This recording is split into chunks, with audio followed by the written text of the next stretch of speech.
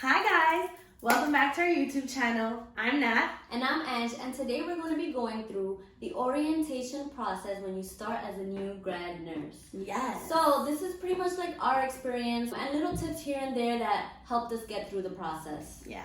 Alright guys, so the first thing we want you to think about, things that we didn't think about maybe when we started, is try to be mentally prepared.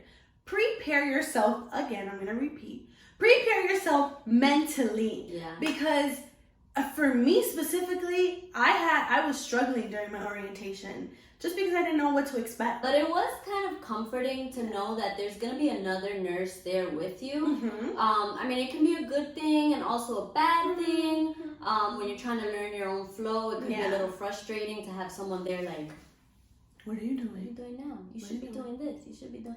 And it's not like mentally exhausted because you're learning so much. And of course, you're going to be physically exhausted because you're moving around. But mentally exhausted because you're going to be thinking like, hey, is this job even for me? Yeah, that's definitely, yeah. And I think for the first, I would say year, for the first year of nursing, I definitely thought that like, I'm not sure if this job is for me. Like, I'm struggling. I feel like I'm not a good nurse. I'm not a good person, and going back and forth. But that's what we mean by try to be mentally prepared or prepare yourself mentally, just because there's going to be a lot of that going on back and forth. Like, I'm not good for this job. I can't do this. I can't do that. Yeah. And change that can't to can. Yes. I can and I will be that. Yeah, because why can't I do it? There's so many, like, thousands of nurses, millions of the nurses. That's what I so thought. why can't I do it?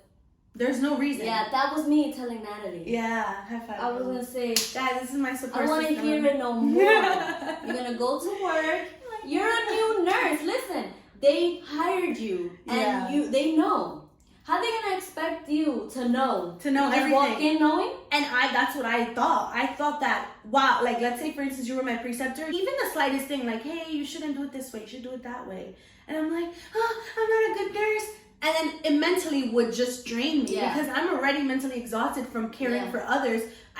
But then I also wasn't even taking care of myself. You know what I mean? So it is a lot that you go through during that first orientation process. Mm-hmm. But one thing we would say is don't be too hard on yourself. Mm-hmm. You're learning. And, I think in the nursing field, there is a bad stigma that nurses eat their young. And it's very unfortunate that, yes, there are sometimes that we see that. Cases, and you hear comments like, you don't know what that is? Oh, I hate those comments. No, that's why I'm asking you. When people used to say, you don't know how to do a head-to-toe assessment? No. No, like, were you born knowing? No. No, so this is why I'm here to learn. Don't be too hard on yourself. There's going to be some people out there that are not very nice. There will be a lot more people that are very nice. So if you are, or if you ever do deal with somebody that's probably being a little mean to you, it's okay. Don't be afraid to ask questions, because at the end of the day, this is your experience. Right. You have somebody there helping you and knowing that there's somebody that you can ask some questions. Even if you don't feel comfortable, ask them, or try to find somebody on the floor that you can ask. Like, hey, I'm not too sure about this. Like, can you help me out? Can you answer my questions? Whatever. Do not be afraid, because you're just hurting yourself. You're not hurting anybody else. Exactly. Ask questions. Sometimes I would ask the same question. Oh, yeah. And I know it was the same question, but I just have to double check. Oh, Even if it's not my preceptor, I'll just be like, hey, we get this like this, right? Yeah. I'll be like, okay, all right. I'm good. Don't feel crazy because you're asking the same question. No. Yeah, don't act like, oh, damn, they're going to think I'm stupid because I'm asking the same question. You know what the consequences are if you don't ask that question and you do the wrong thing? Way worse on you. You're gonna wish you asked. Yep. So do not let that happen to you. And to be honest, a little secret between us right here, I still ask the same questions as a nurse. Same questions, like, hey, how do I transfer a patient? What else do I need to do? If a patient is discharged, is there anything else I need to do? Because I forgot. Ask those questions, even if you think it's the dumbest questions. Like anybody may say, and you probably heard before, no question is a stupid question. It really isn't. So ask away. I mean, some of them, it's like... No. Even if I'm like, oh, what color is that? Is that pink or is that purple? It don't matter. Ask the question. So guys, another thing about your orientation is be ready to learn. Yes. There's going to be so much. Already you're a new grad. But even nursing in general, even if you've been a nurse for 40, 50, 70 years. Oh my God. Right? It could happen. 70 years? I don't know. You're not gonna always know the answers. You can learn from your mistakes and you learn from others. Exactly. Another key aspect about your orientation process is very, very reliant on the type of preceptor that you have. Mm-hmm. We were very lucky. We had very good preceptors. The quality of a very good preceptor is that they're able to adapt to their orientee and how they learn. Absolutely. For example, for me, I learned more by myself and doing things on my own. Oh, yes. Right? You're So good at that. I think that my preceptor was very good in that he like gave me space and he was always just available there in case I had any questions. And for me, no, that was the total opposite.